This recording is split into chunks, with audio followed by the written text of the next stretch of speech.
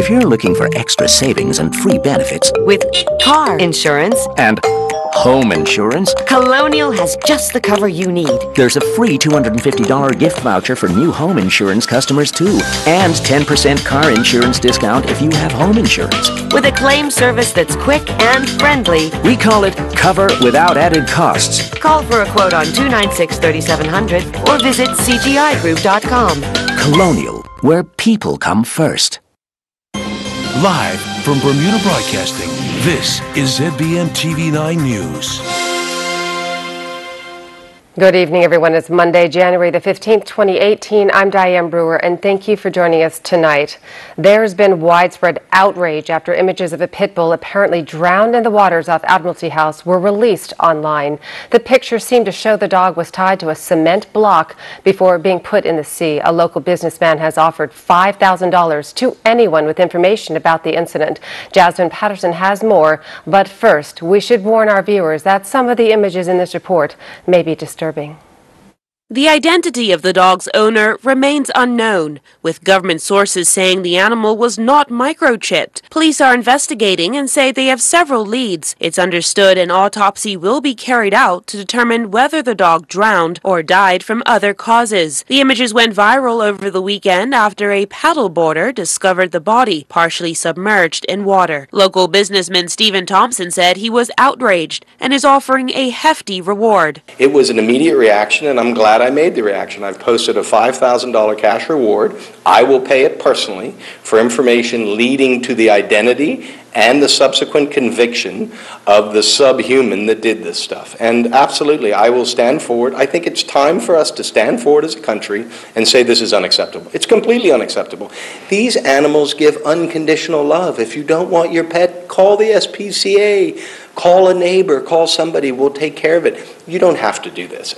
A spokesperson for the Bermuda SPCA said that anyone who feels they can't cope with a dog can contact them for help. The animal activist group Punish the Deed, Not the Breed argues that dog legislation is extremely outdated and does not adequately address animal abuse. They are calling on government to quickly change the law. Under the Care and Protection of Animals Act 1975, offenders convicted of animal cruelty face 1 year in prison, a fine of $1,000, or both. Police are calling for anyone with information about the incident to call the Criminal Investigation Department on 295-0011. And you can reach the Bermuda SPCA on 236-7333. Jasmine Patterson reporting for Bermuda Broadcasting News. In other news, fears have been raised about the state of the fire services at the airport. One of the 4 fire engines at the facility is reported to be out of service, with staff shortages also a concern. Gary Moreno has more. Reports reaching our newsroom suggest there is a manpower shortage at the facility, with a number of inexperienced staff now working at the location. We understand that in order to meet manpower requirements, staff have been working double shifts, and the situation is reportedly beginning to take a toll, not only physically, but also in terms of morale. We've also been informed that there are issues with the BFRS vehicles at the airport. With LF Wade being a Category 9 airport, it is understood there must be at least 3 major foam vehicles available at all times. We're told that at present there are 3, but should one fail, it would mean that the airport will fall short of the required safety standard and could result in aircraft having to be rerouted away from the island. Further, 1 vehicle is reportedly out of service after being involved in a collision while being driven by a quote-unquote rookie officer. However, a spokesperson for the Ministry of National Security, under which Bermuda Fire and Rescue falls, is moving to dispel the claims, saying the Airport Operations Division has and continues to provide a Category 9 response to the LF Wade International Airport. That is to say, 3 major foam vehicles are to be available for response during flight operations. According to the spokesperson, this requirement is met by having 5 major foam vehicles in rotation, which allows Bermuda Fire and Rescue Service to perform routine maintenance and other repairs without jeopardizing the response requirement. The spokesperson adds there has not been a time where this response capability has not been met. As to the question of staff shortages, the spokesperson would say only that the Airport Operations Division also maintains a Category 9 response by having 1 watch commander, 1 crew commander, and 3 firefighters on duty during the hours of 7 a.m. to 11 p.m. daily, and when any commercial flight operations are taking place. This, too, the spokesperson continues, is never jeopardized by having a 3-shift rotation of certified and qualified personnel. The most junior of firefighters attached to the Airport Operations Division has 2 years of experience in the specialized field of airport firefighting. Our source maintains, though, while much of what was outlined by the spokesperson is how things are supposed to work in principle, that is not always the case. Gary Moreno, reporting for the Bermuda Broadcasting News.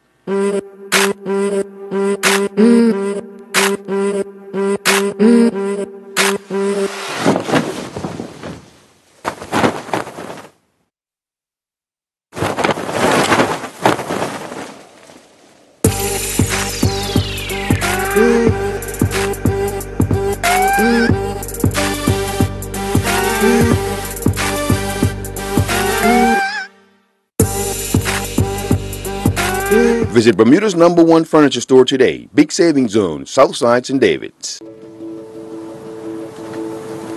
The whole concept came from the collaboration with BF&M and the America's Cup. The Endeavour program is the legacy of the 35th America's Cup that was here in Bermuda in June. And we've continued the charity now operating in Bermuda. And going forward, we thought, what a great opportunity for children on the autism spectrum. And hence we actually developed the No Limits program. They really do benefit from this kind of outdoor experience, this environment. You know, just yesterday going off the east end of Bermuda, I mean, they wouldn't have done that. Not many children in Bermuda have done that. And just them learning to take control of a large bit of transportation that they're doing at that age, and they may never get that opportunity. That's where you see the biggest progress is whether they were looking at their hand steering, you know, now they're looking forward and actually looking where they're going because they've realized, oh, I know where my hand is. I can do this without looking at my hand. We are so grateful for the Endeavour program and what it has done for the students on the autism spectrum. Welcome back. The search is on for a new secretary to the cabinet following the announcement that Dr. Derek Binns will step down from that role. He will continue to serve as the head of the civil service. But just who will succeed him at 105 Front Street? Gary Moreno has a look at the possible contenders. AccuWeather is A release from government stated that Governor John Rankin and Premier David Burt have determined that in an effort to place a sharper focus on public service reform, the posts of Secretary to the Cabinet and Head of the Civil Service should be separated. This step also in keeping with one of the recommendations of the 2013 SAGE Commission. Dr. Binns, according to the release, will continue to lead the reform of the public service. That said, speculation is already growing as to who will succeed Dr. Binns as Cabinet Secretary. Heading the list, we're told, is former head of the Civil Service and Secretary to the Cabinet, Mark Telemack. Mr. Telemack reportedly being considered best suited for the job based on his wide and varied experience as a senior civil servant. We understand Mr. Telemack, with almost 20 years' service, is considered the best agent to advance the government's agenda. Another name being mentioned is that of Cherie Witter. Ms. Witter is currently Deputy Head of the Civil Service and previously served as Assistant Cabinet Secretary dealing with policy. Randy Rochester, the Permanent Secretary in the Ministry of Tourism and Economic, according to a well-placed civil service source, is seen as perhaps a distant third. Then there is a possible overseas candidate in the person of Chris Cooper, who hails from the UK's National School of Government. Mr. Cooper, responsible for carrying out the most recent survey of the Bermuda Civil Service. Asked whether the position of Cabinet Secretary will have to be advertised, as is the case with most civil service positions, our source responded that Section 90 of the Bermuda Constitution clearly sets out the process for selecting a Cabinet Secretary. Section 90 states, power to make appointments to the office of Secretary to the Cabinet is vested in the Governor, acting in accordance with the recommendation of the Premier. Whenever occasion arises for making an appointment under this section, the Public Service Commission shall submit to the Premier a list of public officers who appear to the Commission to be qualified for the appointment, and the Premier shall recommend to the Governor a person whose name appears on that list. Now, the appointment of a new Cabinet Secretary is expected to be made later this month. Gary Moreno, reporting for the Bermuda Broadcasting News.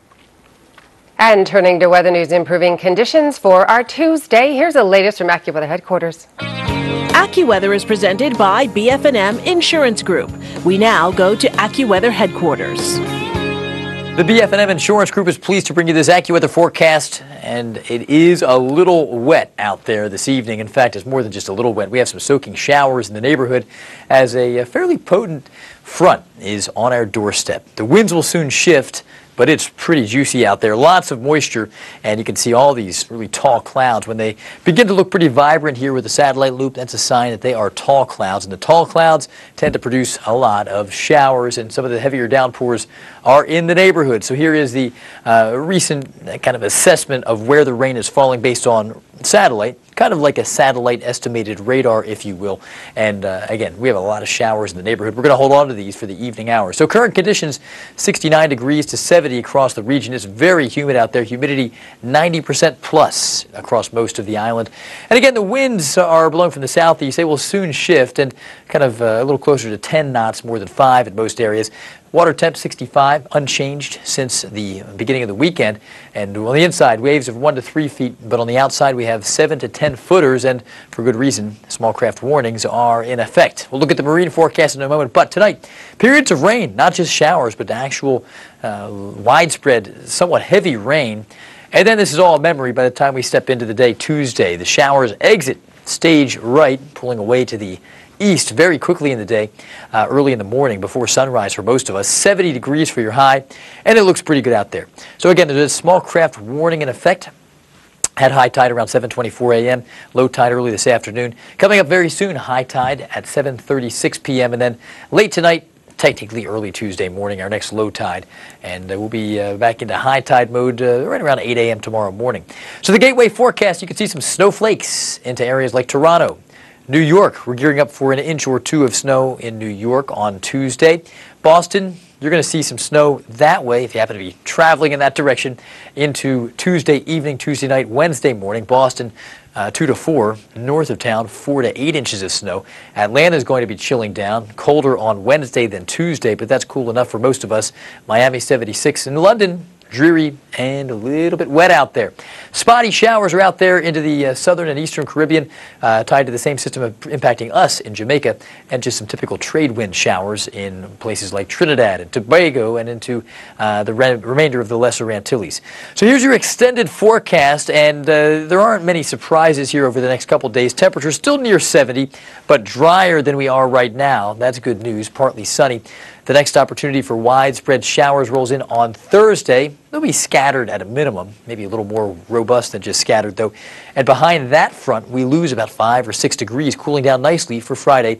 And Saturday, not a bad forecast. Stay dry. Back to you. AccuWeather was presented by BF&M Insurance Group.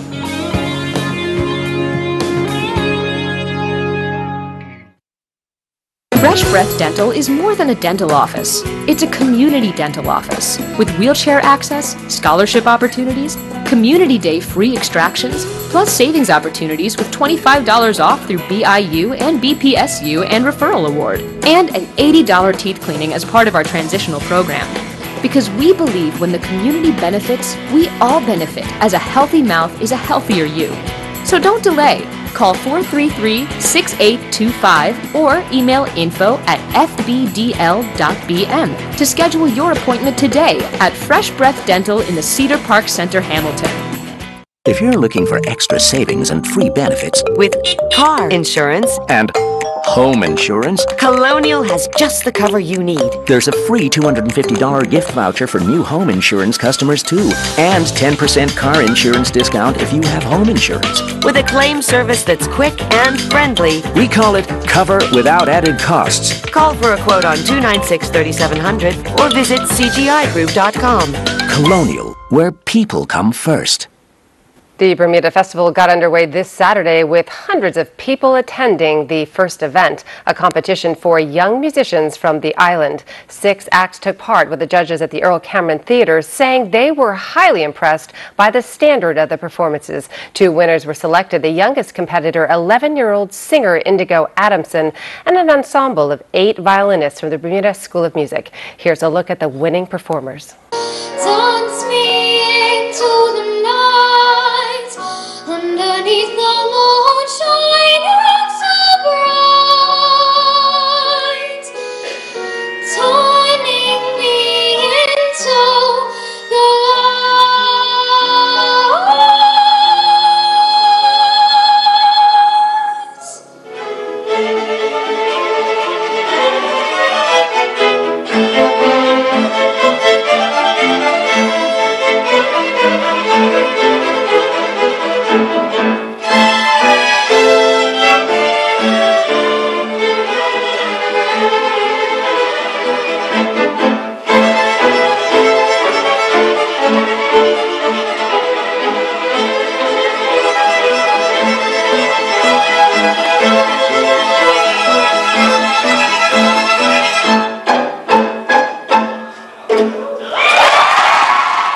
Wow, do we have talent or what? The Front Street Mile is our top sports story tonight, and Earl Baisden reports on a welcome local win. The 2018 Bermuda Marathon weekend is over, and several Bermudians left their marks on the weekend. Dave Miners went into the history books as he became the first Bermudian to win the KPMG Front Street Mile men's elite race. Miners explains when he felt it was time to go. I actually saw my daddy. I was like, all right, cool.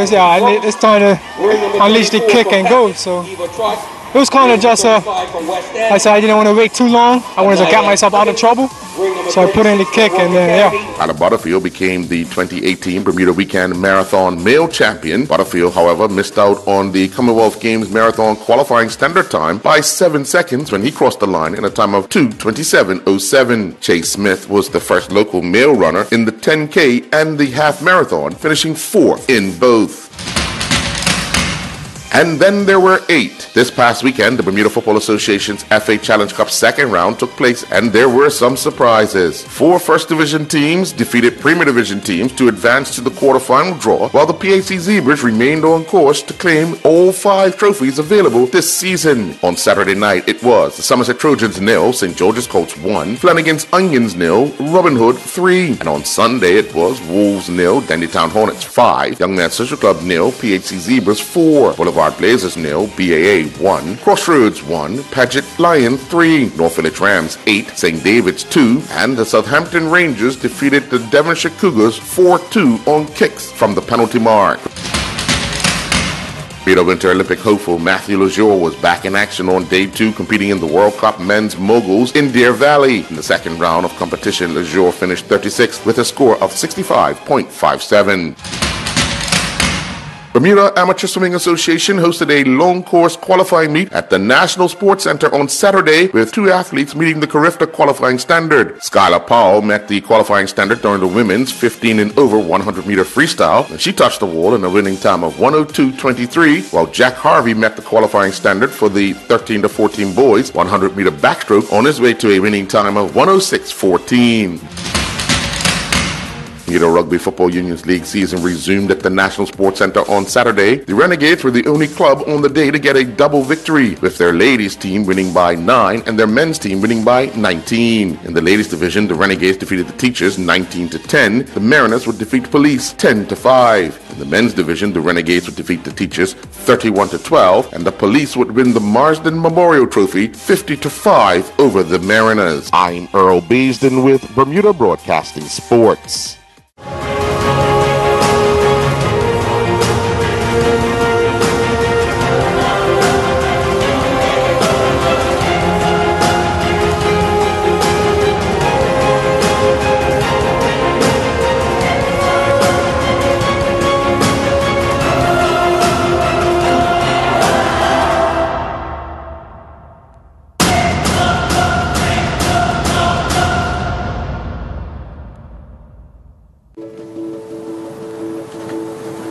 The whole concept came from the collaboration with BF&M and the America's Cup. The Endeavour program is the legacy of the 35th America's Cup that was here in Bermuda in June. And we've continued the charity now operating in Bermuda. And going forward, we thought, what a great opportunity for children on the autism spectrum. And hence we actually developed the No Limits program. They really do benefit from this kind of outdoor experience, this environment. You know, just yesterday going off the east end of Bermuda, I mean, they wouldn't have done that. Not many children in Bermuda have done that. And just them learning to take control of a large bit of transportation that they're doing at that age, and they may never get that opportunity. That's where you see the biggest progress is. Whether they were looking at their hand steering, you know, now they're looking forwards and actually looking where they're going, because they've realized, oh, I know where my hand is. I can do this without looking at my hand. We are so grateful for the Endeavor program and what it has done for the students on the autism spectrum. Welcome back. All last week, we've been running a series of stories on the diabetes crisis facing the island. Tonight, we're holding a live debate on the issue as a symposium on obesity and diabetes gets underway in Hamilton. We cross now to our host, Tony Waterman, and her guest at the Hamilton Princess.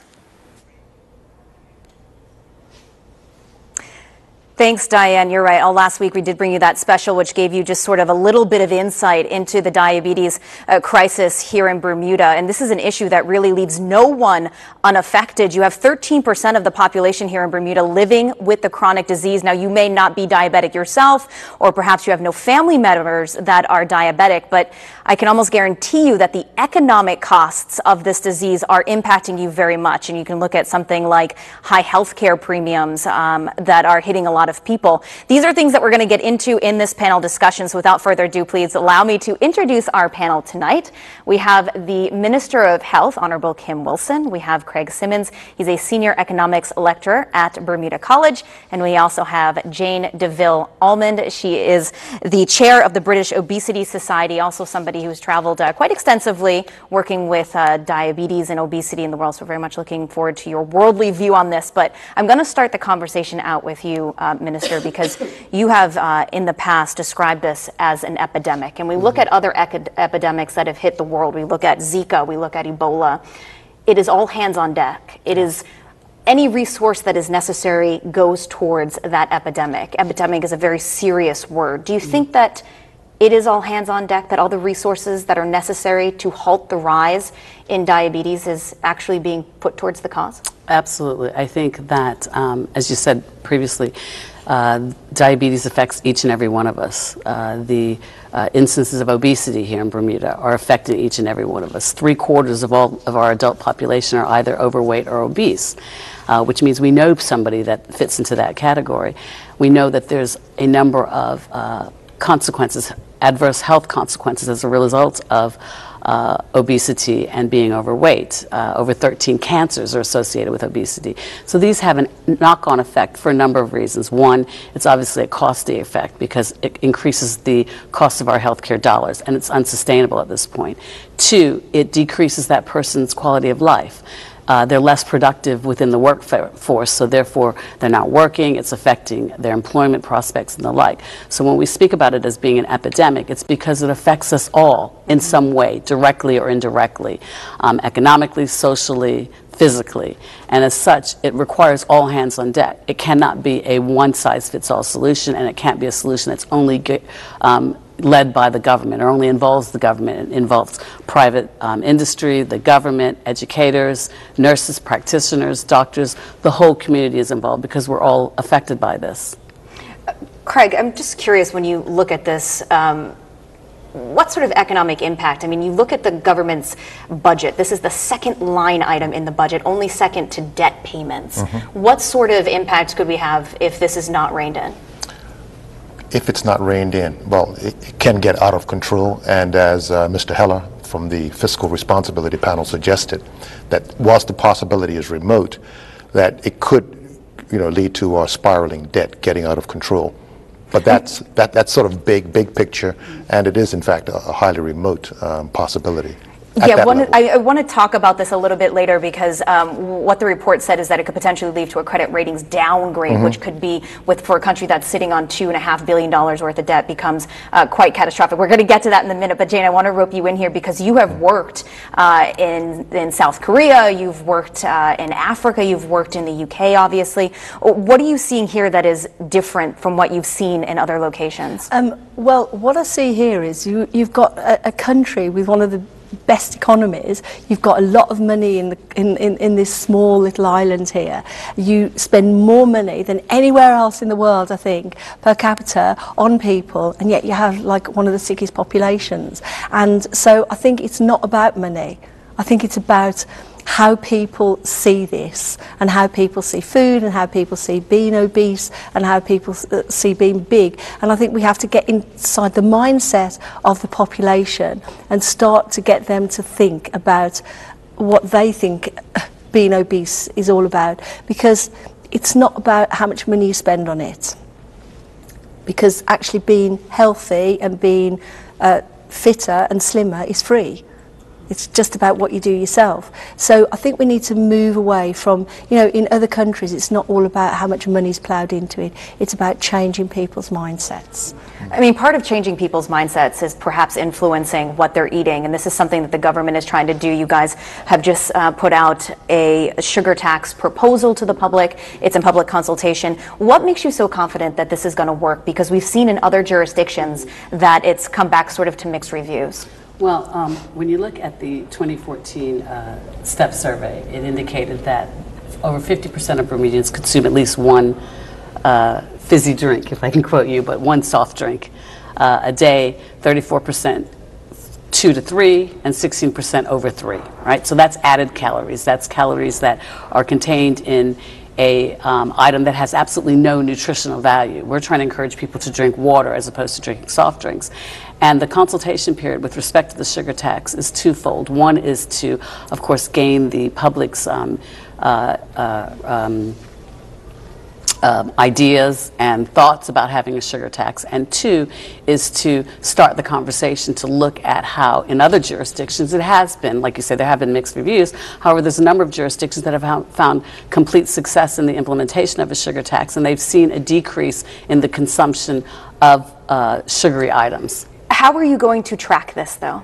Well, as I said, we do have the STEP survey that we did in 2014. Once, if the sugar tax is implemented, then we will continue to do healthy surveys through either the Bermuda Health Council or the Ministry of Health, who have the facilities to be able to do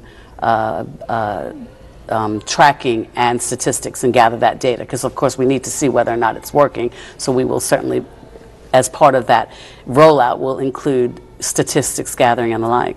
I want to talk about the graying population here. This is certainly something that you're seeing in certain countries in Asia. You're seeing it in a lot of different places. And I just want to bring up a graph, if we could, really quickly, because what this graph basically is showing us is the per capita claims cost. And what you see in the graph is basically very similar to what you see in a lot of countries, which is as you get older, you need more health care, and that it becomes a lot more expensive. I mean, how does this compound the problem when you look at it goes from something around $2,500 and when you get up to about 50, and then once you get past that mark, it goes up to $14,000 almost a year. I mean, how does that compound the graying population, these wild healthcare costs?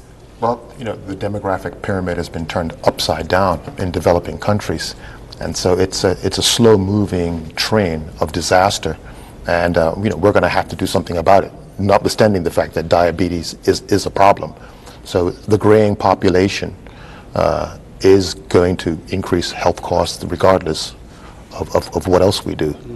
But coming back to the sugar tax, I mean, that's just one of a number of different policies I think that the government can employ.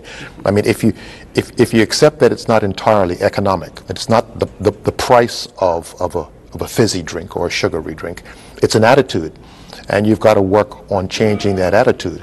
I mean, in class today, we were talking about the sugar tax, and I noted that out of my class, there was only one person with a sugary drink. Everyone else had water. I thought, whoa, does this signal that there is in fact a change? Is it about awareness?